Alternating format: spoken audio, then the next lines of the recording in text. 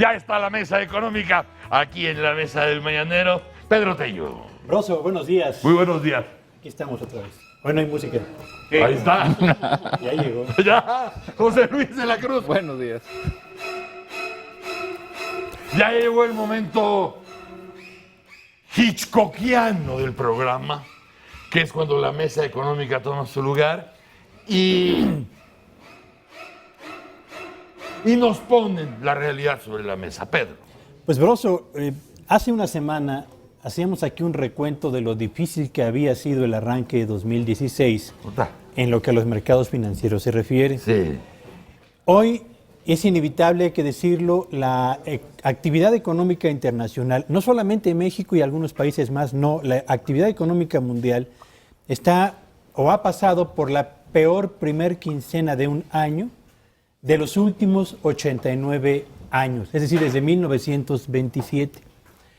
A pesar de que ha habido episodios muy complicados en la actividad económica, en 1929-33, el famoso crack bursátil, en 1982, cuando México desata la crisis mundial de la deuda, el efecto tequila, después la caída en el sur de nuestro continente, etcétera. Lo cierto es que no se había presentado una primera quincena de año tan complicada como la que ha marcado el desempeño de los mercados en este 2016. O sea, hablas del escenario mundial. Por supuesto, no hablo de un grupo pequeño de países. La peor quincena. Primer quincena de arranque de año. En los últimos 89 años, desde 1927. Ahora, esto es, en el caso de México, lo que esto ha provocado, desde luego, es una caída literal en el comportamiento del principal indicador bursátil, que ha sido acompañada y también inducida por el colapso en los precios del petróleo, que ha sido acompañado y también ha impulsado el colapso en el precio del peso mexicano en comparación con el dólar, y que ha creado un ambiente de incertidumbre y de dudas entre los consumidores y entre los empresarios, porque hoy lo que la gente empieza a preguntarse es, ¿llegó la hora de empezar a comprar dólares para proteger el patrimonio familiar o el patrimonio personal? En lugar de estar pensando en cuáles son las mejores opciones de ahorro en pesos existentes para poder mantener, digamos, la calidad de vida o el bienestar que prevalece en mi hogar. Cuando en el seno de un hogar se comienzan a plantear dudas sobre la fortaleza de la moneda local y se comienza al mismo tiempo a buscar o a preguntarse si el dólar es una buena opción de inversión, como antes lo era el oro, como antes lo era la plata, como antes lo eran los bienes raíces, lo que esto indica es la magnitud del problema en el que estamos metidos. Hay desconfianza creciente sobre la moneda nacional y yo diría un problema de identidad respecto a las posibilidades reales que tiene el peso frente al dólar en materia económica en este arranque de año.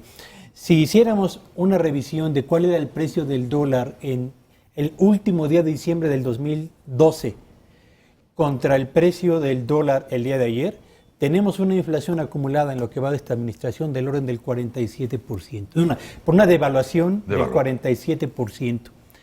Que es ya en porcentajes una de las más importantes que registra México para un periodo tan corto como tan solo 3 años. ¿Podría caber la posibilidad, a partir de la información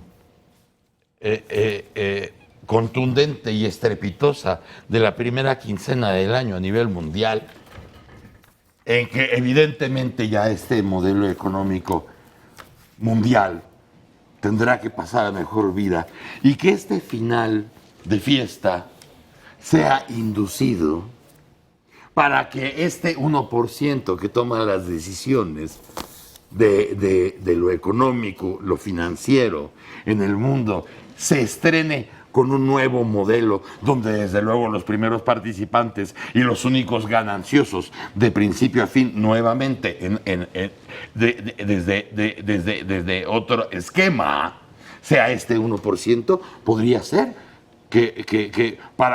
porque sería muy fácil, como lo que está diciendo Pedro, bueno, nosotros nos podemos ahogar solitos con nuestras gárgaras, ¿no?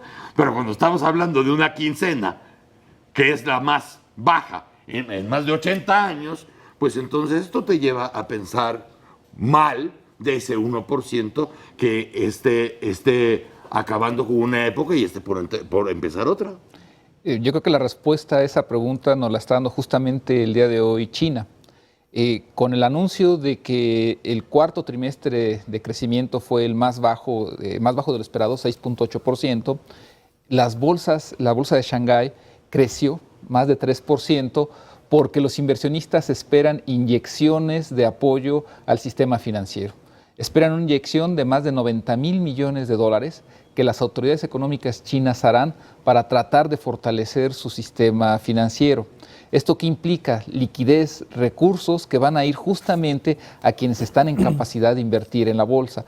Es decir, mientras nosotros estamos preocupados porque la parte bursátil, porque la parte de la economía real se está cayendo y en donde ya hay evidencias de una crisis importante, algunos inversionistas especulativos festejan que eso va a motivar a un apoyo millonario, en este caso de las autoridades chinas, como hace algunos años lo hicieron las autoridades de Estados Unidos, como lo hizo la Unión Europea, solo que ahora el capítulo está en Asia.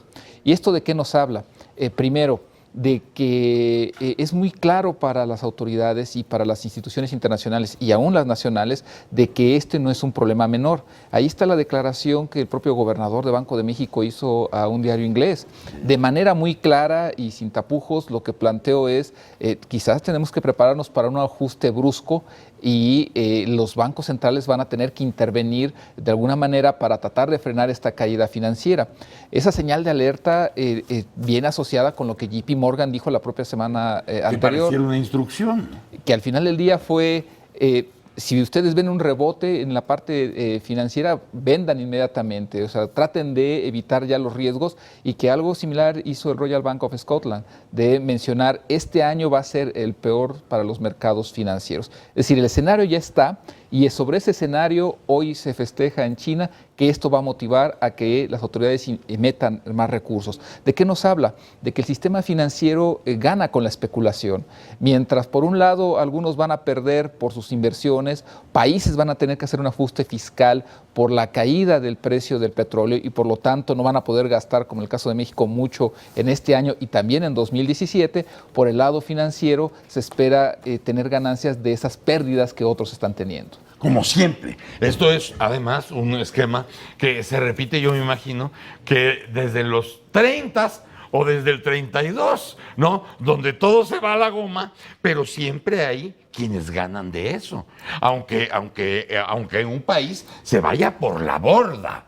O sea, siempre hay gente que habrá ganado lo suficiente, además de lo que tenía, para poner los nuevos cimientos de un mejor gobierno y un mejor estado financiero, que se quedan siendo los de la corona los siguientes 80 años.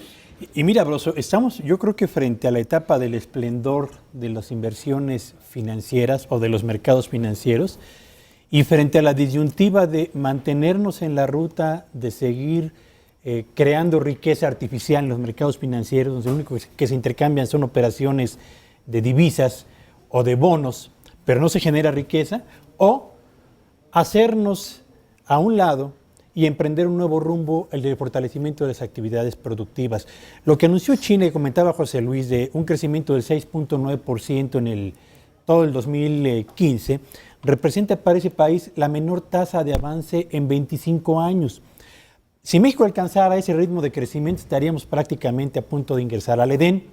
No lo vamos a hacer en mucho tiempo, eso me queda claro. Pero el hecho de que China esté creciendo a un ritmo menor significa muy malas noticias para los países que producen y le exportan carbón, hierro, níquel, aluminio, cobre, zinc, en esos productos y materias primas en las que China consume casi o alrededor del 50% de la producción a escala mundial. Así que una mala noticia para China representa una muy mala noticia para todos los países que son exportadores de materias primas para esa economía.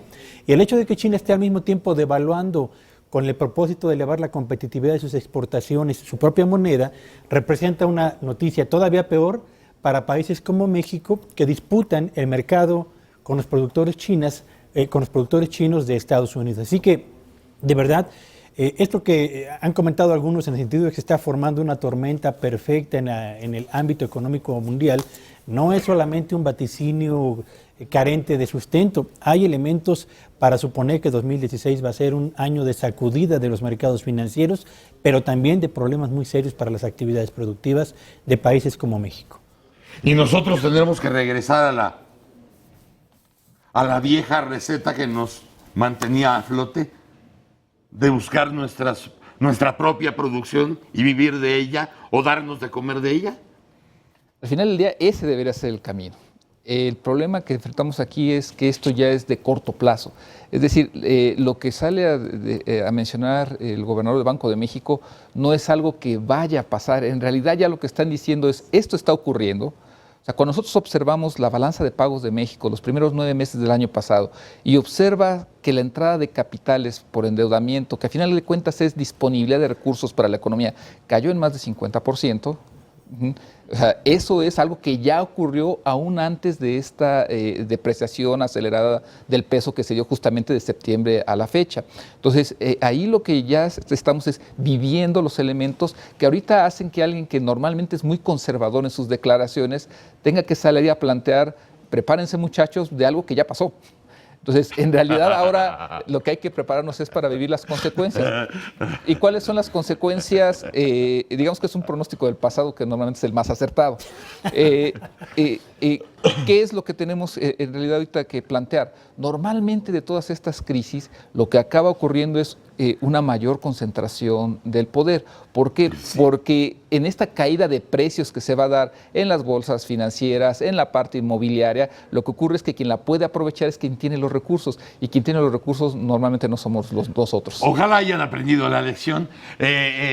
Aquí la moraleja es muy clara. Por favor, tráiganme un cura. Sí, ¿para qué quieres un cura si ya te moriste, güey? Ya, así está la cuestión, nada más para que ustedes se lo sepan. Muchas gracias, José Luis. Muchas gracias, Pedro Tello. Buenos días, hasta luego. Gracias.